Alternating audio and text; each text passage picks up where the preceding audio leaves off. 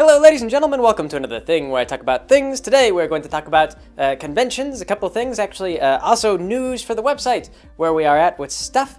I think to talk about conventions because we're going to be going to BabsCon here coming up in April.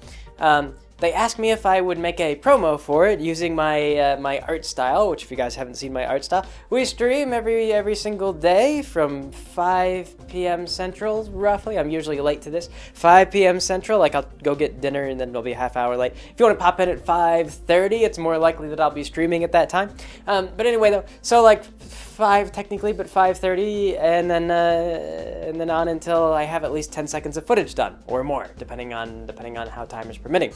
On average, I go for about 3 hours, and then work on other stuff for another 3 hours. I work about 6 hours a day, and that's a 40-hour work week.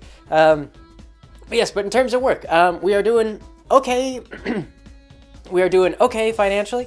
Things are looking really good on the Patreon front.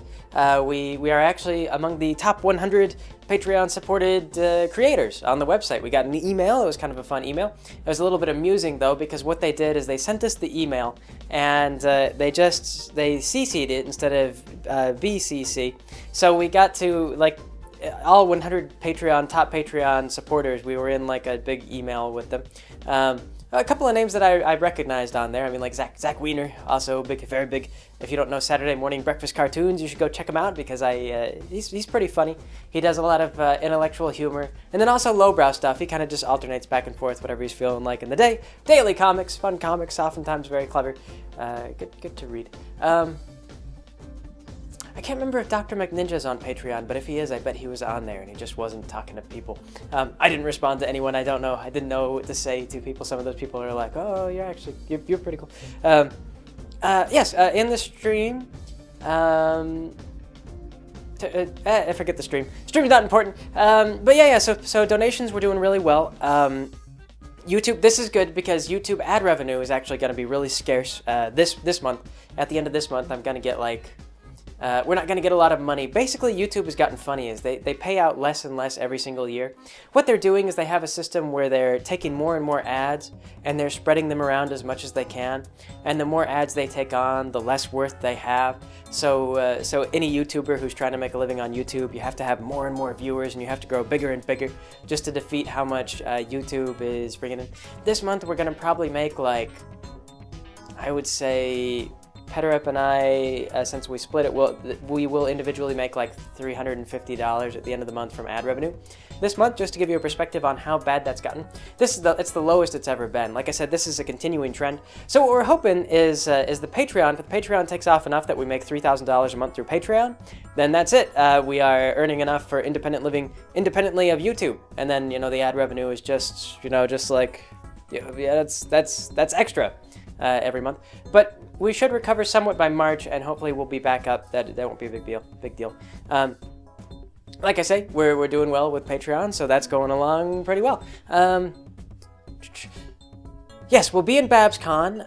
I know that I will show an episode of the Mentally Advanced series. I will show episode 11 of the Mentally Advanced series. That has been pirated and released to the internet, by the way. People have that now. There is I showed it in the stream once, and our nefarious stream goers, they filmed it and put it up on YouTube. I'm not gonna take it down. So you can go see it if you want, but I'll show it at BabsCon. You guys can see the actual. It's desktop recorded. And I think that I'm sitting in the background, so you can maybe hear me sitting in my chair. So yes, it's at BabsCon. I'll show episode 11, the partially completed episode 11. I will do my best to complete what is left of the Pinkie Pie episode, Party of One, the Mentally Advanced, the stop frame version of Mentally Advanced using the show assets. I'll try to complete that and show that during BabsCon. They were talking to me. They might have somebody come in and do something with me during the panel. It'll be like a 1-hour panel, I believe, unless they set me up for a 2-hour panel. I don't know. I've been really flexible. They're like, Greg, what would you like to do? And I'm like, I don't know. What other people like to do? What would you like to see? And they're like, we'll get back to you. So they're kind of coordinating, and just you get a coordinator. They make sure that you're in good shape. So yes, BabsCon. If you haven't gotten a ticket for that, you can go get a ticket for that. We will be there.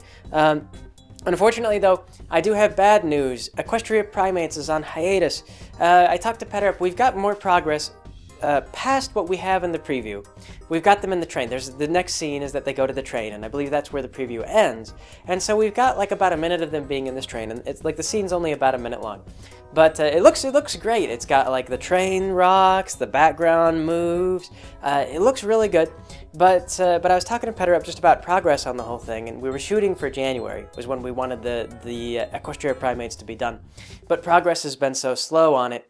It became to be, as that deadline got closer and closer, it was sort of like, are we going to make it? And it was sort of like, it's too much work in too short of time. It's not going to pan out. The trouble here now is that Tabletop has drawn thousands of pictures of horse butt.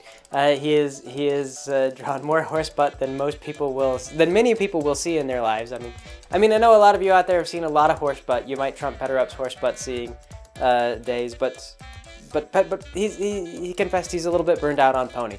And the trouble with these episodes is that they are like 20 minutes long, 30 minutes long. They're long episodes. And even as we were planning this out, Tabletop was kind of starting to express that he was feeling a little bit of burnout with the sheer length and work that goes into these. Because as he gets better and better, as he's starting to do more stuff with them, even like a 10-minute video starts to feel very long. So it's on hiatus. It's on indefinite hiatus. So you may allow the hope in your breast to die for Equestria Primates. And I say this, I don't mean to be pessimistic and say like we've given up on it. Screw it. I say this in the assumption that potentially as I get better with my own art skill and as I continue to do the Mentally Advanced series, I might maybe continue to do the Mentally Advanced series, but then just go ahead and do Equestria Primates, and it'll be like 5-minute segments. And every month I'll release a new 5-minute segment, and we'll get to the end of Equestria Primates. There's still a lot planned for it. There were still a lot of jokes. I have musical assets, a bunch of ideas and things like that for it. So I may do it when I get to be a better artist as I get more practice and I come along. But it's not going to be. I mean, I'm not sure when exactly. Basically, the point is I've got nothing concrete for you on the front of Equestria Primates. So that's why I say go ahead and let go of the hope. I'm not going to jerk you around or anything like that. Just say like, okay, it's not happening. I won't forget it. I'll keep the hope alive in my heart. But you guys should let it go. Assume that you won't see, at least not in the incarnation that you saw. But I'll keep it in mind because I know that everybody was really excited for it. So I'll try to figure out some way. I'll try to figure out some way to make it happen at some point down the line. And eventually, inevitably, one day, I will do my best to deliver on promises that were made. But what we're doing instead, and I've got good news, is that although Tabletop's burnt out on pony and he's looking at these long projects and is daunted by them, we discussed what we want to do instead kind of moving forward, and we've been talking about Banana Republic and what we want to do, and originally the plan was that we were going to do these last episodes of Rainbow Dash Presents where we were going to make fun of Equestria girls, and instead, with monkeys and everything, and then we were going to have Monkey World, and we were going to establish Monkey World, Banana Republic, where all the monkeys live, and after that we were going to just kind of start doing our own thing with Banana Republic. So Equestria Primates was kind of our farewell to Rainbow Dash Presents, and then we were going to move into that. So what we're going to do instead is we're actually going to start moving in. We're going to start doing not Equestria. We're going to do Banana Republic shorts, where we take like Ray and Taylor and friends and the settings and the locations and the politics and everything else like that, and we'll start to do like 1-minute shorts. And I'm not sure exactly on how much time it'll take to release each of these. Tabletop right now is experimenting with new stuff. He's actually got we've got a concept drawn for Taylor, Ray, and Peyton. And if you guys are tabbed out, I know a lot of you guys like to tab out when you watch these videos. If you are tabbed out, you can come back. Here's a picture of Ray, Taylor, and Peyton if you care to see that. Also, I will go ahead and flip over to another thing. If you want to see this, here's Ray animated. As Tabletop's actually animating, he's going to animate these shorts, these 1-minute shorts, and so we'll have animation. They'll be animated. Yeah. So that's the plan going forward. We're going to have these 1-minute shorts. And like I say, unfortunately, Equestria Primates is kill, but it may come back, it may resurrect, but not. But I say this with the implicit, with urging you guys not to, basically. I mean, I'll be honest. If you guys are like invested in us on Patreon because you're really looking forward to Equestria Primates as we've advertised it, it's you can consider whether or not you want to continue to invest. We'll have Equestria Primates up probably in the near future, way sooner than we would have had Equestria Primates, because this is just a minute of production. But you can maybe see if you want to hold out and see what Equestria Primates looks like, whether or not you want to support that, then that's cool, whatever you guys want to do. Otherwise, I'll continue to work on my own art skills. We'll continue to post the Mentally Advanced series or Let's Plays, everything else like that. So like I said, so just heads up, that's where we are. This is the situation with Dawn Somewhere and our plans with things with everything. Yeah, so that's that for that. So speaking of cons, I thought that it would be an interesting subject. Cons, how long did this take? 10 minutes? Yes. I thought, anyway, speaking of cons, I thought that I would talk about cons. I actually haven't been to very many conventions. Certainly not any pony conventions in the past. We planned to go to Sweet Apple Acres Con at one point, but that sort of fell through. They ran into financial trouble, and everyone had to cancel their flights. And of course, the flights are very picky about being canceled. They don't like to be canceled. They say mean, nasty things to your family. They spread lies about you on Facebook. I've seen it. It's terrible. But yes, it was mildly expensive. We have things. I've got these download cards that have been hanging around all this time. I will bring them with me to Babs Con, and I'll just hand them out. I mean, they are a loss now. These will be free if you guys come to see us. I'll just be like, here's some download cards for you guys. Thanks for coming in. Those are for the CDs, our 2 CDs that we have online aside from Monday Music. I don't have any download cards for the Monday Music album, but those are all available free anyway if you like those songs. But yeah, Sweet Apple Acres Con fell through. But I have been to 2 other conventions, and these were tabletop gaming conventions. The first one ever that I went to, this was back when, I think maybe when I was in high school, actually. And it was a very small convention. It was a tabletop gaming convention, and it wasn't, like I said, there was a few tables set up. It was pretty relaxed. It was just like at the local community center or whatever. And it was just kind of like a community convention, like nobody had flown out or anything like that to do it. And so not a huge turnout or anything like that. We had a lady there who was supporting, who is it now? Is it like Hasbro owns Wizard of the Coast now or something like that? Whoever it was who made Pirates of the, no, was it Pirates of the Caribbean? I don't know. There was a card game about boats, and it was about like pirates and the Spanish and the British, and that was who it was originally. And then they expanded into like Pirates of the American Revolution, and then you got pirates from you got American boats, because I guess they thought that would appeal to an American audience. And anyway, though, there were these little cardboard boats, and you would punch them out, and you'd have them float around. And so we played that at this tabletop convention. That was kind of fun. I broke one of the sample boats, and the lady there who was promoting this thing was like so aghast, because this was her personal collection. Is I guess that she was also she was a hobbyist, so she had the company had given her a certain number of boats that she could, and then she'd brought like her own boats as well because she really liked the game and really wanted to promote it. So I wound up I broke the mast. I found out that it was early on. I don't know if this remained true, but early on it was really easy to break the masts on the things, and so I broke one of the masts. I was just like, oh no, and so what I agreed to do is I bought a pack. And I let her go through the pack, and I let her choose a boat to replace the one that I broke. And I can't remember. She found something that she was really happy with. It was something that didn't have a whole lot of game value, but was rare all the same. So she got a good deal out of it. I broke something relatively common. She took something relatively rare, but not really a lot of game value. And I just wanted to play the game. So for a little while I played the Spanish Armada. I got El Acorazado, which translates to the crown. And El Acorazado was funny because it was really tough to kill. I think you had to like hit the masts twice to destroy them. And then there was like a card that you could put on that made it to where you had to hit the mast like one more time to actually even bring it down. My friend used to hate that because I'd be like, oh, did you shoot it 3 times? Nope, still standing. So yes, we would just putter around. It was like a great big slow ship. So what I would do is there's these little islands in the game. And so what I did is I took my great big giant El Acorazado battleship, which took up most of the points for my fleet, and I would just putter it on over to my opponent's island, and then just patrol around the island with like the world's biggest battleship, whatever, I think it was probably one of the biggest things in the game at the time when the game was first starting. So I would just like putter circles around this little island, and I'd just be like, I dare you to come home. I dare you to come home. I know where you live. I know where you live.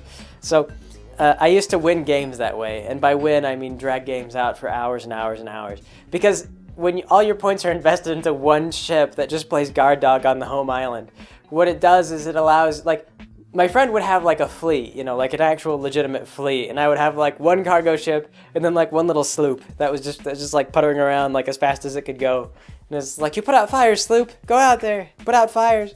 And yeah, they would both get sunk, you know, right away. They just get overwhelmed by the rest of the fleet. But El Cruzado was so big and so powerful that it could fight a fleet entirely by itself. It was just it was just the slowest, dumbest ship as well.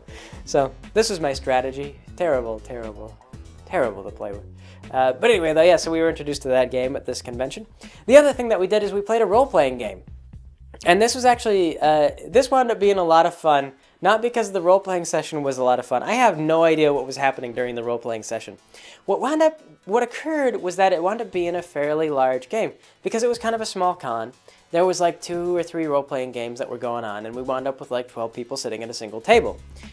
What happened, though, is that the GM didn't sit at the center of the table. He sat at the head of the table. And so we wound up at the far end of the table, far away from the GM, and we couldn't hear anything that the GM was saying. So like we would try to listen for a little while, and because we couldn't really hear what he was saying, he was speaking too quietly. Me and my friend, who had gone to this thing together, were kind of looking at our characters, and he was a dwarf and I was a hobbit.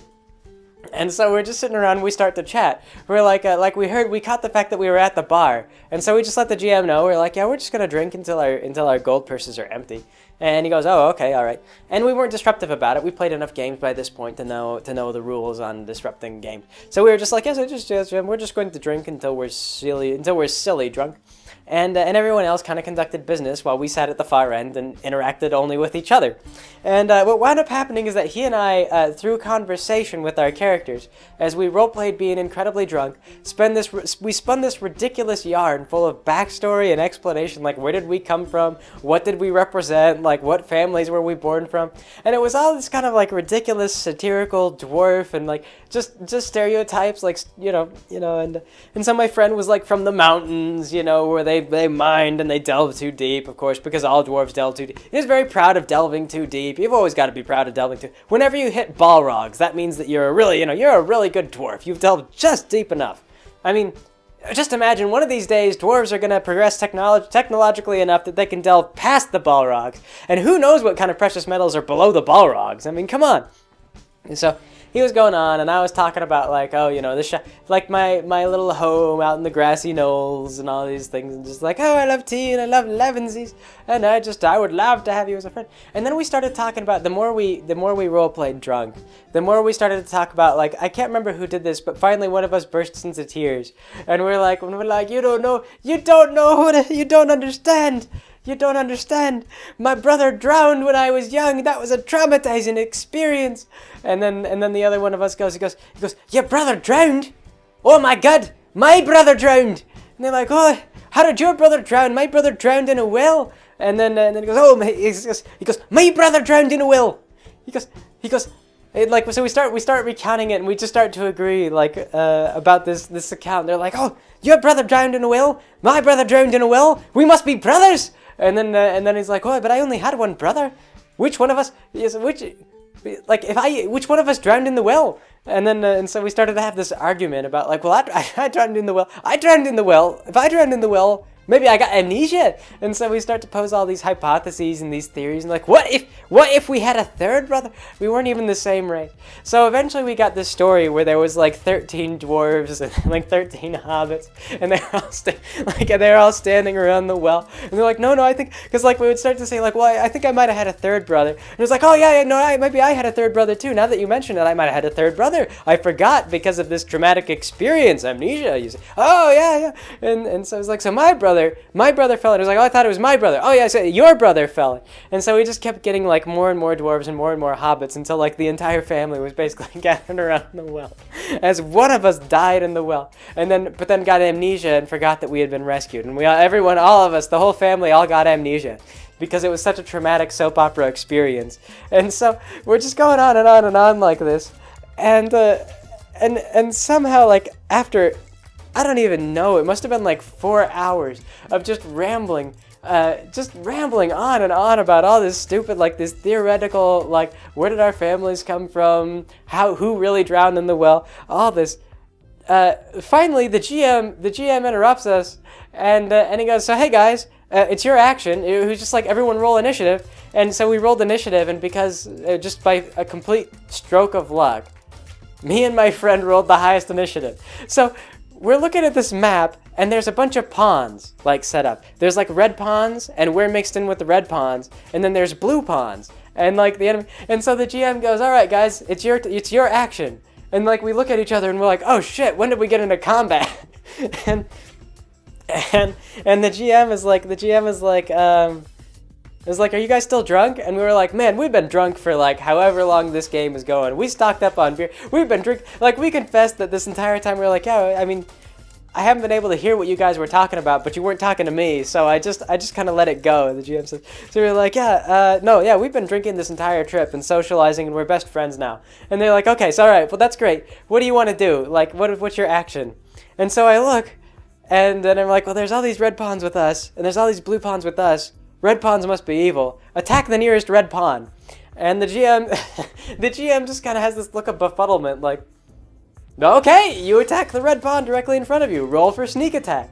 What it turned out what happened was the party had gotten together, and they'd met this gang, like while we were at the bar where we'd gotten drunk, is the party had met up with this gang where they agreed to commit some kind of crime along with the gang. And the blue ones were the police. That's why they were blue, is because they were the police. And the GM just had the red ones, like the red pawns were the other color that he brought. So we were surrounded by criminals and didn't know it. I mean, the two of us were just a good-natured dwarf and a good-natured halfling. No idea who these people were. A little too drunk to make sense of things, still just massively hungover. So I take the sling, wind it up, and chuck it into the back of the head of one of the criminals. And so I get sneak attack, and I like one-hit kill this criminal right in front of So it's like first action, and so the table all just kind of like stares at me, like not like aghast, but apparently they'd been debating over whether or not they wanted to double cross the criminals and get the bounty on the head criminal. Like, there was a head criminal, and he had a big bounty, and so the party had agreed to help this guy perform a heist or something like that, but the criminal himself had this massive bounty. So apparently they'd been debating quietly amongst themselves whether or not they wanted to kill this guy for the bounty. And I guess the drunk halfling throwing a rock at the back of one of the criminals' heads was all the persuasion they needed to go ahead and just say, "Well, the bounty's more of a sure thing in this case, really." So the party then descends into madness. Everyone, like, all the criminals start getting stabbed in the back, and the rest of the party just like, "Yeah, kill him!" And so the party just wipes out the criminals pretty much in one step.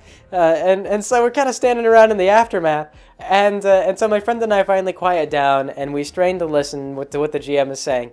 And it turns out that the whole time, the way that the campaign was planned, that had they sided with the criminals, they would have gotten the bad ending, because the criminals would have cut them out of the deal and then let them take the fall for the crime. This was the plan. Siding with the police and stopping the criminals was actually the good way.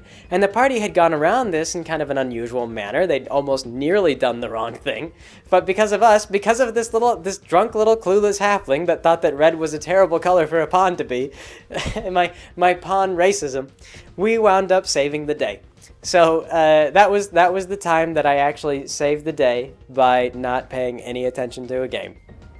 It was fun. We were really pleased with that. We were like, I can't believe that all that rambling, stupid backstory and not paying attention. I can't believe that we were responsible for one of the most pivotal moments of that game at that convention. So everyone celebrated. They were all really happy about it because it all kind of it was like one of those that could have ended disastrously. We could have had the whole table just pissed at us, but yeah. Turned out to our advantage. So, yeah. First convention that I ever went to. The second convention I ever went to was actually a tabletop gaming convention. It was also a tabletop convention. But this one actually had more to do with, stuff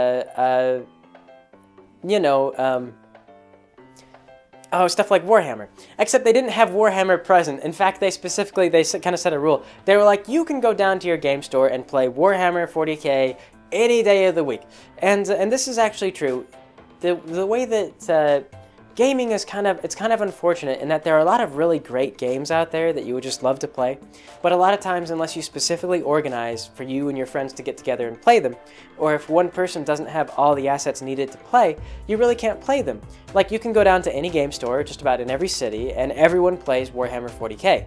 And this is why the game is so ludicrously expensive and why people keep playing it, even though most of them probably came to hate it, I don't know when. I know I'd play games with guys, and we would play Warhammer together, Warhammer 40k, when 5th edition rolled around. Man, I remember playing with a guy where I played Tyranids primarily, and they nerfed Tyranids so hard. I mean, like, Tyranids used to be this incredibly versatile army. Like, you could kit them out to do anything you wanted. I used to love this. I had like hundreds of spreadsheets of different army designs, like just stuff that I wanted to try because they were so versatile. And so they gave the Tyranids over to a new editor named Robin Cruddas, who didn't really like the Tyranids. He thought they were overpowered. So he just cut all of their versatility like out of the codex, made them just monumentally worse. And so they became a very boring army to play. They weren't very fun. They were really weak. They had no armor. They just got, shredded by stuff. And I mean, like, and 5th edition was very much when tanks and things like that were as strong as they'd ever been. So they were like an army that didn't have tanks, that was trying to play in an edition where tanks were the only thing you really needed to win a game. So, I quit. During 5th edition, that's when I kind of looked around and I was looking at the Space Marine codexes, because Space Marines were all the rage, and they released like every single time every time they released a new codex, it was another Space Marine codex. And this got so bad, I mean, people started to really complain about this, because they were like talking like, I play this other army, and I'm just so sick of seeing all these Space Marines all the time. People just got oversaturated, like Space Marines quit being cool. Like, people were just like, God, I am sick of this army.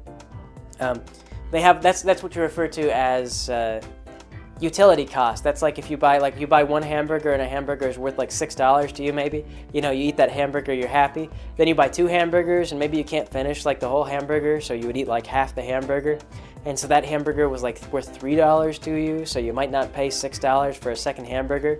And then like 3 hamburgers is right out, you don't really want a third hamburger.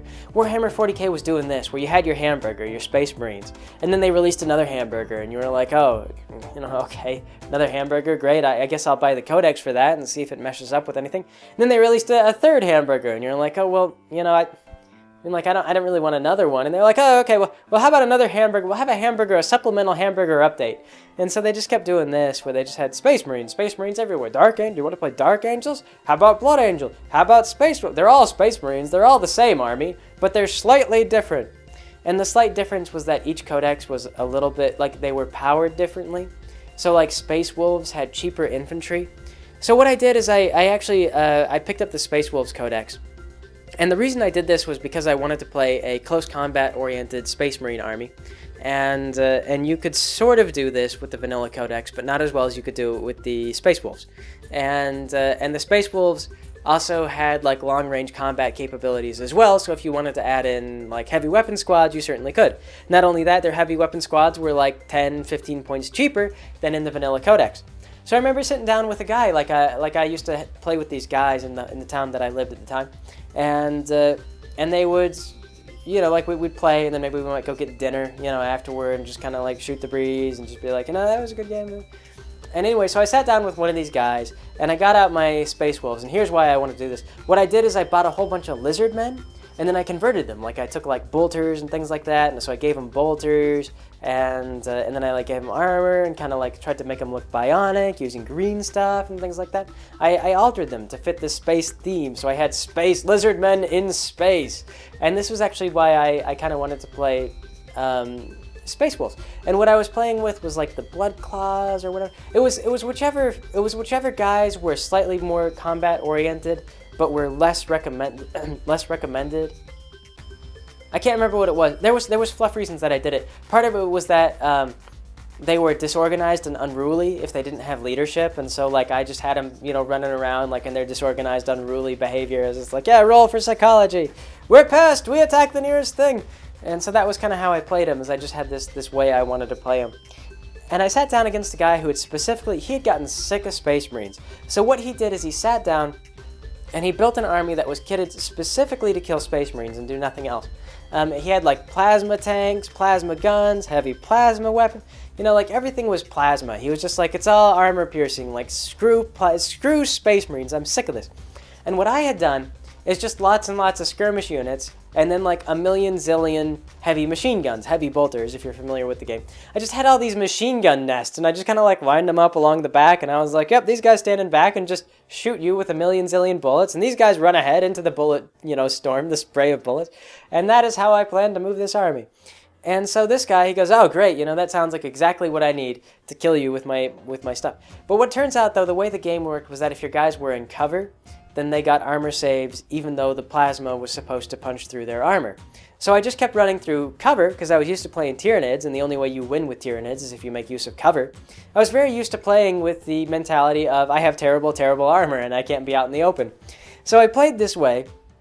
The plasma weapons were so expensive that they basically gimped this guy's army. It was worthless. And and that was it. He was screwed. I wiped him off the board. It was like there was very few casualties. Part of that was luck in my favor. But I just remember this guy, at the end of the game, he just looked so, a combination of just disappointed and mad. And he was just like, I hate 40K. I hate this edition of 40K. He goes, I hate this. He goes, he says, I don't want to, I want to play another game. But no one else plays any other games. And I wasn't the only one who thought this. I knew there were a lot of guys up there. There was it seemed like about half the group was kind of this mind. It was just like, I'm tired of this game. It's just that no one else plays anything. And it was kind of like, well, what would you guys want to play? And we were like, I don't know. I mean, we could try Warmahordes or whatever, but then we all have to buy Warmahordes armies. And if we move, and we all know that some of us are going to move, then we're not going to necessarily be able to find people to play with us. So we got that. Warhammer 40K has this control over the market because everybody plays Warhammer 40K. Even if they don't like it, you're pretty much roped into it if you want to go play these tabletop games. So with that in mind, we went to the convention, and they had a bunch of games that were not Warhammer 40K. It was forbidden. We didn't do Warhammer 40K. You could play that anywhere. We had a bunch of other things. We had tabletop airplanes and stuff like that. They had airplane dogfights where people could fly their airplanes up and down, get behind each other, shoot each other with guns. What we played, though, and this was kind of fun, we spent most of the day playing this, was a game of, it was Scandinavian Vikings versus a bunch of Englishmen. And it was kind of a funny game the first time that we played it, because the way that the game worked is the Englishmen just start off with peasants. And the peasants have to try to guard their livestock and their women and so on and so forth. So the men all have farming implements, and you're supposed to, the women can move on their own. And I can't remember if we caught any of the women. But the game basically was lost if all the men and women were dead, or if we ran off with all the livestock. So the Vikings come on, and I remember we had a squad, they let us choose, and they're like, you can play berserkers, and berserkers are naked. And I was like, yes, a team of naked Vikings, I need these. So I had this team of naked Vikings, and what it is you run onto one side, and the English army responds, and they're marching in from the other side, and you're kind of racing to the center of the map. And the English army had better armor and better weapons than your Vikings, but the Vikings were faster, and so they could get to the center of the map more quickly. Now, what happened was, I can't remember who it was that I was playing with, but whoever it was who was playing the English decided that they were going to be incredibly stereotypically English about this whole thing. So they organized everyone into phalanxes, because you were more defensive if you were marching. You got defensive bonuses. And so, from the very start of the map, they organized into a very disciplined column, and they began to march just down the road, like no hurry, no rush. Well, I was playing the Vikings, and I was just spread out, run, just go. And so the women, so we had the guy, he understood that the peasants weren't allowed to form a phalanx. So they were just scattered, running all over the place. We were breaking into their houses. We grabbed all their cows, all their sheep, ran off with their women. We were just oh yeah, take everything, take it all. And so we swept up everything. And by the time the English finally got to the town, and they're like, all right, chaps, good job. Now set up your crossbows. And so they spent a turn setting up their crossbows. The Vikings just turn around and run the other direction. We had everything. If it wasn't nailed down, my Vikings had stolen it. So it's just the worst. The worst military response to a Viking invasion ever. It was like a British sitcom almost. And I just remember the guy who was running the game, who had set up the whole thing, was just laughing, and he was like making commentary. He was like, I hope. He's like, do you think it's like, oh, is it tea time? Should they stop for tea? Like he was trying to get the other guy. He's like, you really should break formation and move a little bit faster. I mean, if you look at how wide the board is, moving at this speed, you'll never get there in time. And the guy was like, well, I don't want them to shoot me with arrows, because we had like a couple longbowmen just hanging around. Like they got there first, and so they were just like waiting behind these defensive fortifications, and they were just like shooting little arrows at the, like, stay back, stay back. Oh, okay, formations, everybody. We don't want to lose any English soldiers. Lost the whole town, butchered everybody, stole the women, stole the livestock, stole the pig, everything. Nobody lived. Sad day for that English little town, that poor English hamlet. The berserkers didn't even die. They were supposed to die. They had no armor. They didn't have the ability to form phalanx. They just ran as quick as they could towards the enemy. I mean, like I was like the berserkers ran off with, like the berserker found himself a wife. He just ran off with one of the little female characters. It's like, no. Naked man couldn't find battle, so maybe he'll settle down and have kids. I guess. This is how life has changed for this man. So, yes, that was fun. It was not a long day. I think it was like just a single day. Again, it was like a community convention, small community convention. Anyway, though, I don't know how big BabsCon is going to be. I've never been to like a really big convention. Kenza has. Kenza likes to cosplay. She has, although she may be loathed for this, she has dressed up, she has cosplayed as Homestuck characters, but actually she was really good at it. I've seen pictures of it. She's pretty good with makeup. So she had a pretty convincing, very pretty looking cosplay as far as. She's also cosplayed as Captain Haggard. Is that what it is from The Adventures of Tintin? The captain who wears the blue shirt and the beard. She put on like a fake beard and a binder to hold her chest down, and she ran around as the captain. And this is kind of amusing if you think about, like, she can only hide her chest so much, and so it's kind of like Captain Haggard. It was looking like Captain Haggard hit the gym, maybe, you know. He was just a little bit larger of a chest than he normally did. Not so much a barrel. Also quite a set of hips on the good old Captain. But she did her best. Yeah. But anyway, though, so yes, conventions and updates on where we're going with things. Also too, somebody asked about Monday Music. I should bring this up. Monday Music, we haven't been doing it because I found out somebody linked me to a game theory video where they were talking about how subscriber stuff works.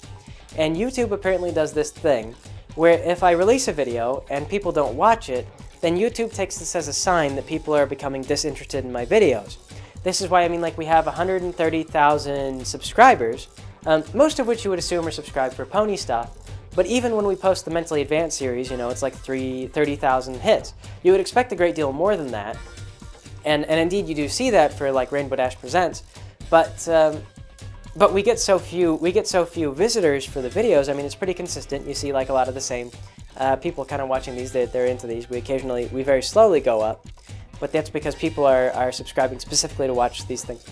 What turns out it happens, though, is that YouTube, what they do is they just stop notifying subscribers. They stop telling people, like, oh, Greg updated, you know. They just say, well, you're not really interested, so we're not going to tell you anything. So if you continue to do stuff like Monday Music, which gets like 1,000 hits, whereas everything else gets like 4 times that or 100 times that in the case of the Mentally Advanced series, then it actually undermines your channel, and it makes it to where you get fewer views and fewer hits every day. And also they advertise your videos less because they assume that your videos are more likely to be crap that nobody's going to want to see. So, finding this out, I'm actually going to put a hold. We're going to put it in a hold on Monday Music until at least February. I quit around January, and I'm going to keep an eye on it. So far, what's happened, and this may be a sign that quitting Monday Music has increased the view count, but December and January have the same view count. Now, this is weird because normally, like on the holidays, people are well, I don't know, I guess people are still home from school. Kind of depends. It stayed about the same, so I'm just going to keep an eye on it and try to make sense of what the data shows. It's hard to say. If I don't see a lot of variance, then maybe we can restart Monday Music. But as it is, I should just wait and see what happens. But that's where Monday Music has gone. Is it just that if it's dragging down everything else, that's not good. So I didn't want to quit Monday Music, but if YouTube is pressuring us through their algorithms to quit it, then we could. I could maybe make a separate channel for Monday Music, and then we would just have a Monday Music channel. It wouldn't be very big, it would not be very populated, but I have it still every week. Yeah, but that's what happened to Monday Music. So anyway, I think that's everything for the video. So I suppose I will catch you guys later.